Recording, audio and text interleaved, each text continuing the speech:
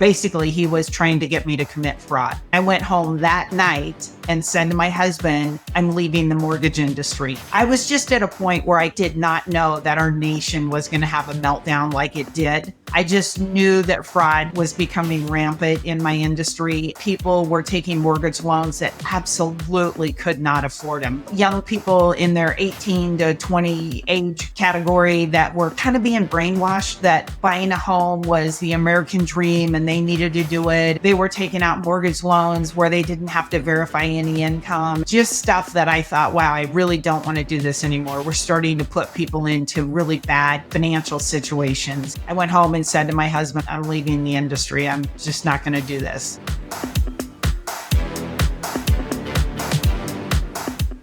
Welcome to another episode of Commercial Connections, Investing with Confidence. I'm Rene Nelson, a CCIM commercial real estate broker located in Eugene, Oregon. And on the podcast with me today is my podcast editor, Brittany. Hi. Thanks for joining me, Brittany. I'm excited to be here. You were going to ask me some questions just about how I got started and how it is being like a female in commercial real estate, et cetera. So fire away. So what made you decide to get into commercial real estate? Well, it's an interesting story. I became a mortgage broker in 1989, and I was a mortgage broker for about 20 years. And it was right before 2004 when mortgage fraud was becoming rampant. And I had an account executive for a wholesale account company where I would send my mortgage loans to. He was a guy that called on me all the time. And he came into my office and said, hey, we want more of your mortgage loans. And I said, Steve, my loans that I'm sending to other companies don't fit your criteria. And he said, yeah, my bosses and I have been talking about that. And we're here to help you. We're here to show you how to make those fit our criteria. Basically, he was trying to get me to commit fraud. And I went home that night and said to my husband, I'm leaving the mortgage industry. And I loved being a mortgage broker. But I said, I'm leaving the mortgage industry. And I had a production team that I had a huddle with that day. And I told them what was changing for me. I was just at a point where I did not know that our nation was going to have a meltdown like it did. I just knew that fraud was becoming rampant in my industry. And I knew that people were taking mortgage loans that absolutely could not afford them. Young people in their 18 to 20 age category that were kind of being brainwashed that buying a home was the American dream and they needed to do it. And they were taking out mortgage loans where they didn't have to verify any income and just stuff that I thought, wow, I really don't want to do this anymore. We're starting to put people into really bad financial situations. And so when this mortgage company asked me to commit fraud, basically, I went home and said to my husband, I said, I'm leaving the industry. I'm just not going to do this. So it was really funny. He looked at me and he said, well, what are you going to do? And I said, I don't know. I mean, driving home that night, I thought, well, I could become a dog walker. I could teach jazzercise. I mean, I just started to create all these ideas in my head. And he said, oh, you should become a commercial real estate broker because his business was going through the roof and the mortgage industry was starting to taper off. And that launched my career, basically. Wow, that's such an exciting time. I mean, it's a scary time, right? Because you were like, your back was up against the wall and it's your intuition that really led you into being like, something doesn't feel right here and I'm not going to go down this road. And to put a stop to it, I mean, that takes like a lot of confidence and a lot of like intuition to kind of see the writing on the wall and just know like, this just doesn't feel right. And I think a lot of time, especially as women, we have like that strong intuition of when like something just doesn't feel right. And the fact that you stood up and you were like, I can't do this and I can't watch people put themselves in this situation, I think really tells a lot about you and your character and how that is really important to you, that you didn't want to see people suffer. And now you're helping people in a really impactful way. Yeah, definitely. I always try to live my life that if I run into you at the grocery store, I want you to be excited to say hi to me. I don't want to feel like that I need to, run down 2 aisles so that we don't run into each other. And so that was really important to me when I decided to leave the mortgage industry, because I can remember specifically there was a younger person. She was in her early 20s. She had car payments and debt, and she really wanted to buy a house. And she brought her mom and dad in. They were going to co-sign for her, and she really wanted me to convince her parents to co-sign for her. And I thought, if you were my kid, I wouldn't want to co-sign for you. You're getting in over your head, and this is not a good financial decision. And so fast forward, like that was on like a Thursday or a Friday. The following week was when that mortgage lender came into my office, and I just thought, I'm done. I just don't want to do this anymore. And I still have lots of really good friends in the industry that are still mortgage brokers and lenders that I just think the world of. It's a great profession, but it was just at that time of my life where I needed to make a change. And I'm glad I did. Now I look back and think, man, why didn't I do that 30 years earlier? Because to me, commercial real estate is so much more fun, because you're actually helping people, with a little higher price ticket items. I mean, they're buying commercial real estate, but it's also rewarding because a lot of people are in a journey in life, everywhere from a beginning investor who knows that they want to buy a piece of commercial real estate and start to build a portfolio, to I help families who I've dealt with 3 and 4 generations now. And that's generational wealth, where they're building a legacy that will live on after the matriarch or the patriarch passes away. And so for me, that's very rewarding. That's so exciting. And I think that's really exciting for our listeners to hear, and just about how this podcast is going to elevate their investment experience. Thank you for sharing that story. That's so impactful and important. What are some of the biggest challenges that you faced so far in the real estate commercial business? Well, right now, one thing that we're experiencing is interest rates. In the last 18 months, interest rates have gone up 6, 7, 8 times. And we are experiencing what I call a new norm now. Interest rates were at, 3.5, 4% was going interest rate for commercial real estate. And now they're at 6.5 and 7%. So that's one thing that and to me, this is our new platform or our new base. This is absolutely. Yeah. This is it. It's not like, oh, well, interest rates are going to go down now that President Trump is in, or the stock market is going to do something and that's going to push interest rates. I think our interest rates are going to stay at this range because of inflation and just some other things that are playing into the situation right now in our economy. Yeah, I completely agree. I think I don't see it coming down. I think that makes a lot of sense. And what would you tell people about that specific topic, like knowing that they're probably not going to come down and this is our new normal and we should sort of expect this from now on? How would you tell people to move through that, manage that? Know your numbers. So make sure that the property cash flows before you buy it. And then once you take ownership, watch your numbers. So watch operating expenses, see if there's different ways that you could maybe trim the fat, so to speak, in the operational numbers.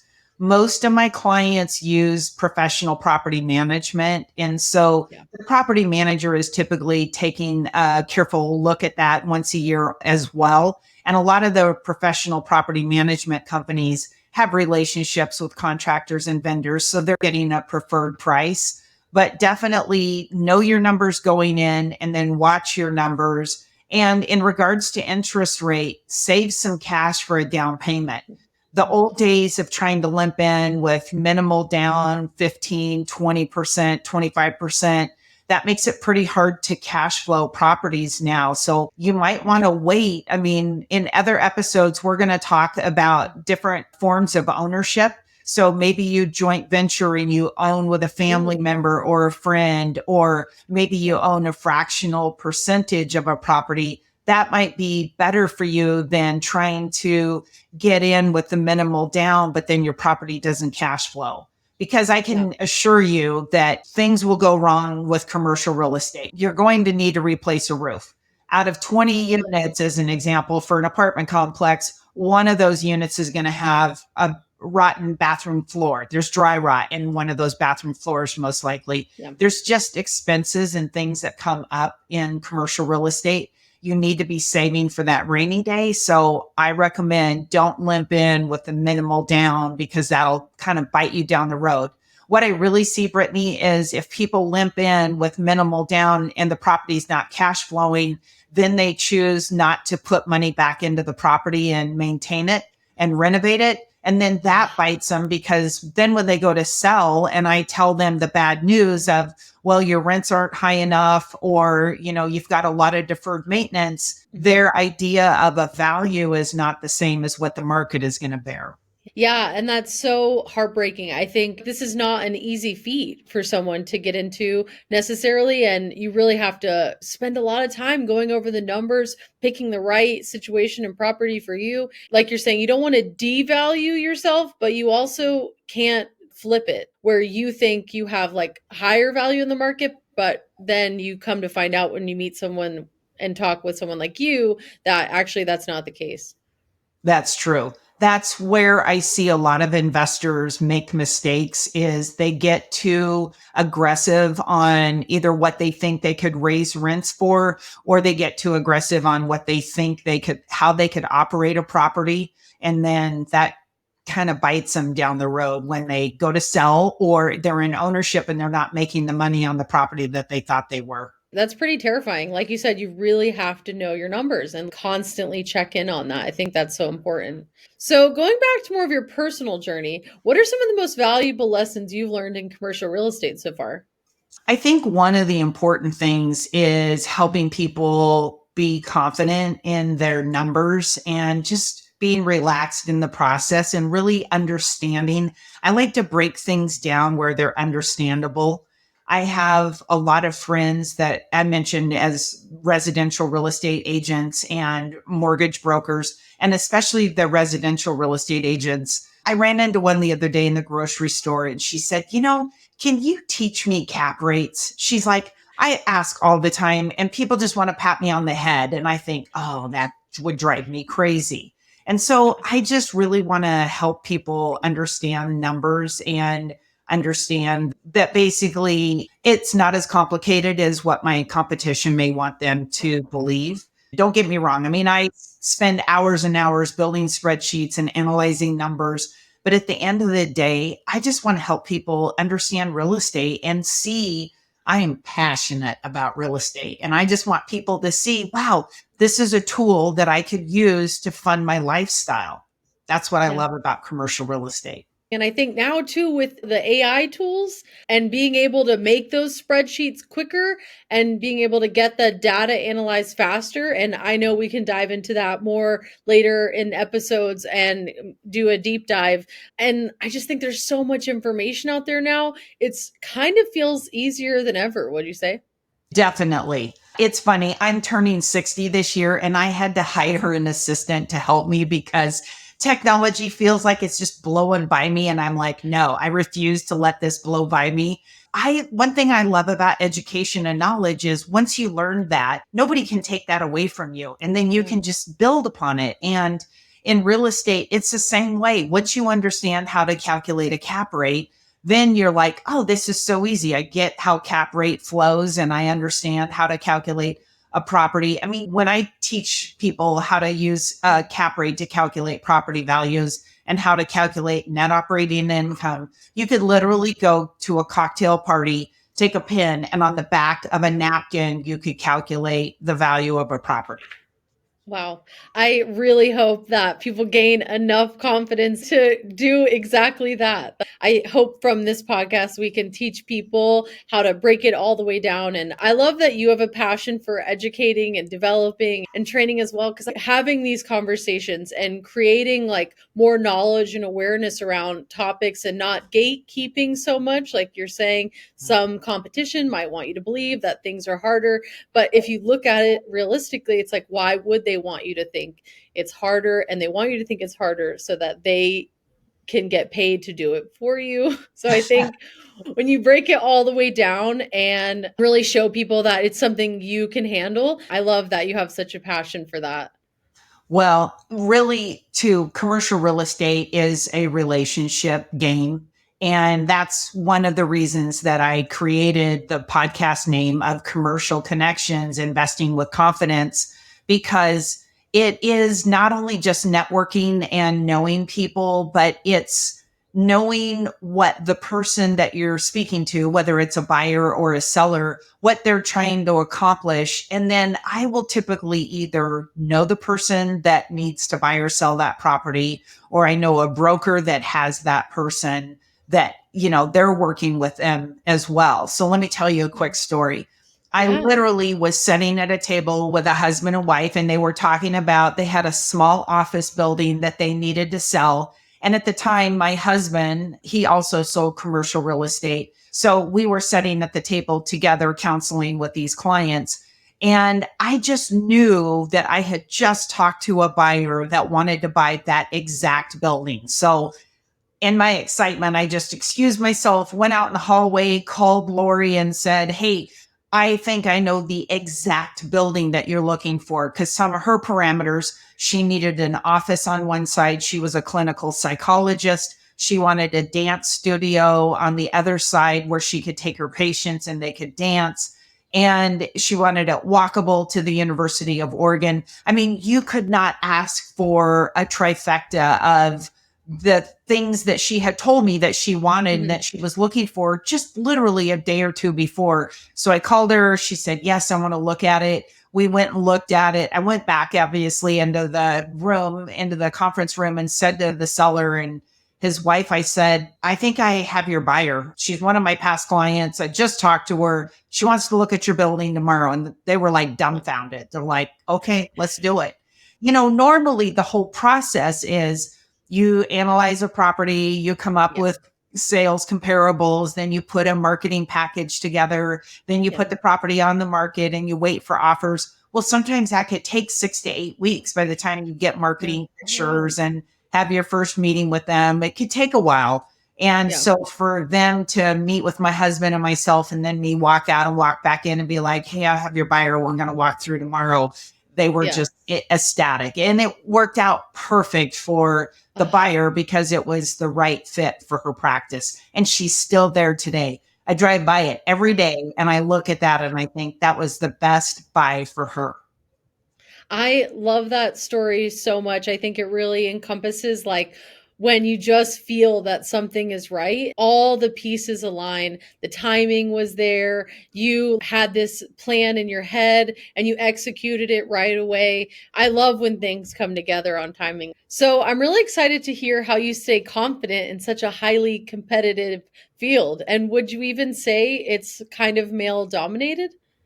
Uh, it is male dominated. As a matter of fact, that was one reason that I earned my CIM designation. When I decided to get into commercial real estate, my husband had sold commercial real estate for 30 years. And I did not want to be known as Bob's wife, like, "Oh, just let her in because that's Bob's wife." Mm-mm. I Yeah. wanted to be let in because I knew my stuff and I was confident in my numbers, and being a mortgage broker, I had pretty good systems in place. I'm a good project manager. That's one thing that's important to commercial real estate is being a good project manager because you've got a lot of balls that are all moving at one time in a Yeah. transaction. So for me, I earned my CCIM designation so that I would be accepted by my male counterparts in my industry. And luckily, most of the people that I work with are very respectful. Most of the guys in particular are respectful of me as a female. And once they understand that I'm going to do my part of the transaction and that I understand numbers and that I'm competent, then it just becomes more of a respect level and we just work together and collaborate rather than, "Oh, she's female, she doesn't know what she's doing." Initially, I experienced a little bit of that. I will tell you, I help a lot of my multifamily owners in particular sell their property and then buy other property across the United States. And having my CCIM credentials have helped a lot. When I call somebody across the United States, when they hear that I have the CCIM designation, then they know that I'm competent and that I have the criteria. Yeah, that sounds like it really helps you like play at such a high competitive level because of that. And really, it trained you up to be the success that you are today. I would definitely say that. And, you know, I met a lot of great people as I was taking my CCIM classes. It's a network. There's 9,500 Yeah. CCIMs across the United States. And we have a platform where we can go on and share our listings or say, I have a client that's looking for this type of property. And so we collaborate all across the United States. And so being a CCIM has really created that network for me of collaboration across the United States. And it just gives me opportunities where I may not have those if I were not a CCIM. Yeah, I think that's so important to remember is like you were saying, this is such a network game and such a client built relationship game. You really need that community to fall back on. And I love being located in Oregon because I know so many brokers that, you know, if I have a client that says, hey, I want to buy a 20-unit apartment complex, I know five of the top brokers. And so I can call them and say, hey, do you have anything coming to the market? Do you have anything off market that you have available? So it just gives me a great opportunity to network with people that I'm familiar with. If you were to define your success, what would be the biggest key factor that helped you get where you are today? I would definitely say education was critical, not earning a bachelor's, but earning my CCIM designation. So if there's any residential real estate agents that are watching this, I recommend looking up CCIM, and you can just go to the ccim.com website. They've got chapter meetings in your various areas. Go to a chapter meeting because the CCIM chapters also give a free class on, typically it's introduction to CCIM or introduction to commercial real estate. And from there, you can start taking classes. They give a free scholarship to once a year to somebody if they will apply for that. And often some of these chapters don't have people even apply to take the classes. And every chapter does their own scholarship? Yeah, pretty much every Wow. chapter across the United States provides a free scholarship. And it's incredible. It's like $1,200 for a class. So it's Mhm. pretty healthy contribution that they're giving you for a Yeah. scholarship. And it's the first class that you need to start down the path of understanding commercial real estate. Yeah, in such a competitive field now where you really have to kind of brand yourself differently, go out on different niches, it sounds really important to get more certifications in things that you're really passionate about. And I think that could help develop people's success overall. It's very interesting. You brought up AI and what's happening with that as well. I just took an AI class, an 8-week class for commercial real estate brokers taught by a CCIM instructor. And they're basically teaching us now, like you're saying, how to use technology, not only to speed up the process, but to be more efficient. Because with operating memorandums or marketing packages, you know, sometimes there's 32 to 40 pages in those offering memorandums. And so we can use AI to kind of go through those and then put those into a comparison table. So it just allows me to provide better service for my clients using AI at this point. It's pretty incredible the technology changes that I see. I think it's going to revolutionize commercial real estate. Yeah, I'm so excited to dive deeper into that like in future episodes and kind of seeing where this goes off because I think we're just at the beginning of AI and it seems like every single company is finding a way to incorporate AI into their business somehow. So I can't wait to hear more about like what you've learned and do more research and have more guests on the podcast about who know more about AI and the way that it's developing and not only making it a better customer experience, but also a better experience for you and able to help more people at the same time. Yeah, it's exciting to see the changes. So I'm really interested to hear what you see in the future for you and in the commercial real estate space.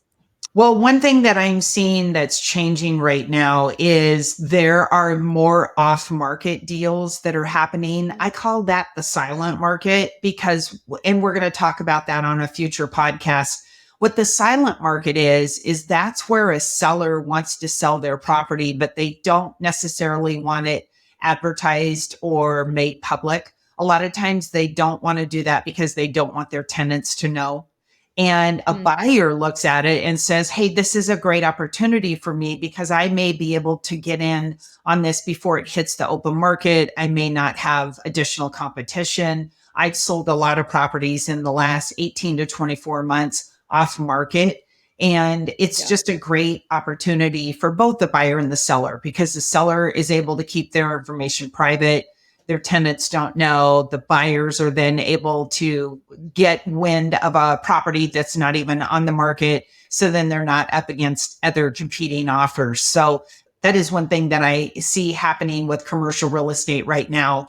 And like we talked about with AI, I'm super excited where this industry is going to go over the next 6 to 12 months. I just think it's going to make the process faster and easier. And I also think more people will be able to get into commercial real estate because there'll be more opportunities with joint ventures and different opportunities where people could come in with a fractional ownership interest rather than having to try to figure out how to buy that entire property by The whole themselves. thing. Yeah, I heard you saying that earlier, coming in with like a family member or a friend. Obviously those relationships, like, make sure you know what you're doing and you're who you're getting into business with and you're making those right decisions for you. But I think that's really exciting because real estate is very expensive. I'm excited as someone who doesn't own real estate and very beginner at learning this process. So I'm so excited to hear like more about how you can own more fractional pieces. What piece could people take of this pie, even if they don't have those initial upfront costs? I had a client who bought a duplex every single year, and she basically earned her way to wealth. She built a real estate portfolio because every year she would move into a duplex and take an owner occupied loan. With that, when you're taking an owner occupied loan, you could put less money down. So she'd live in it for a year, renovate it while she lived there, and then she would move again. And she bought 13 duplexes in 12 years. And the reason she bought 13 duplexes is because one year her husband moved 60 miles away to go to work. So they bought a duplex where he was also working out of town.